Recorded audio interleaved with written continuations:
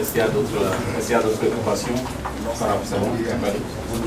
Adidiatou Matis échange ici à bâton rompu avec les cadres et personnels du ministère des enseignements secondaires techniques et de la formation professionnelle. C'est dans le cadre d'une tournée qu'elle a initiée pour s'enquérir des problèmes liés à la gestion des ressources humaines de l'État.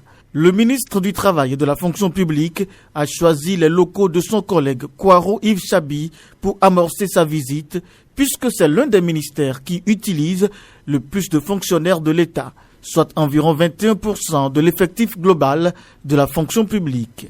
Je voudrais avant tout propos vous remercier pour l'accueil que vous m'avez réservé ainsi que la délégation qui m'accompagne. En fait, cette visite rentre dans le cadre d'une tournée que j'ai décidé de mener dans les ministères, surtout à gros effectifs. Comme nous le savons tous, la modernisation de la gestion des ressources humaines de l'État est une des réformes inscrites au programme d'action du gouvernement. Et dans ce cadre, mon département ministériel a mis en place le système intégré de gestion des ressources humaines de l'État, le SIGRH, et une plateforme centrale avait été mise en place, plateforme sur laquelle se déplaçaient la plupart des gestionnaires des ressources humaines de l'État. Et après, nous avons perçu la nécessité de déployer la plateforme au niveau des ministères. Disons que tout au début, tout semblait aller comme sur des rails, tout marchait assez bien. Mais après, j'ai eu des retours comme quoi aujourd'hui, il y a quelques petits problèmes qui inhibent, disons, la parution régulière des actes de carrière des agents de l'État. Or, l'un des objectifs de la réforme, c'est de permettre aux agents de l'État de rester sur place et de travailler, que d'avoir à être à la recherche de leurs actes de carrière ou la connaissance du niveau d'évolution de leurs actes de carrière.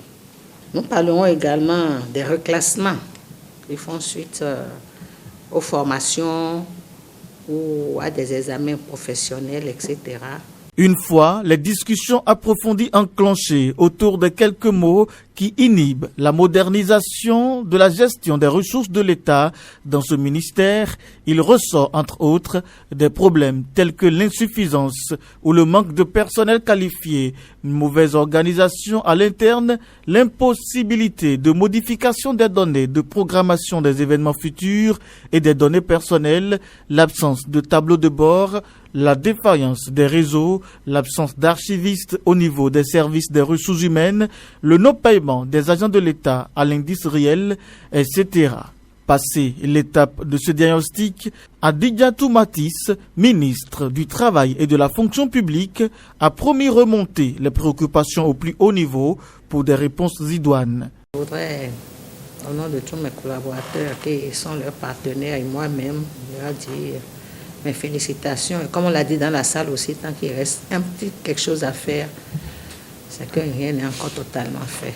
Donc, voilà ce que je voudrais dire en ce qui concerne la synthèse des difficultés. Et dire aussi que dans la mesure des moyens, nous allons encore porter la connaissance du chef de l'État à ces difficultés qui ont besoin vraiment de son accompagnement, de l'accompagnement du ministre d'État chargé de l'économie et des finances, pour que nous puissions oublier les problèmes matériels afférents à la modernisation de la gestion des ressources humaines de l'État.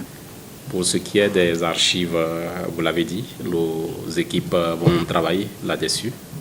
Et je vais suggérer d'ailleurs que vos collaborateurs avec les miens puissent aller sur les sites de Akasato et de Porto Novo pour voir dans quel état les archives sont.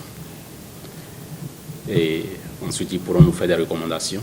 Il faut rappeler que des cadres du ministère du numérique et de la digitalisation ont été sollicités pour accompagner Adidiatou Matis dans le but d'apporter leur touche à la recherche de ces solutions.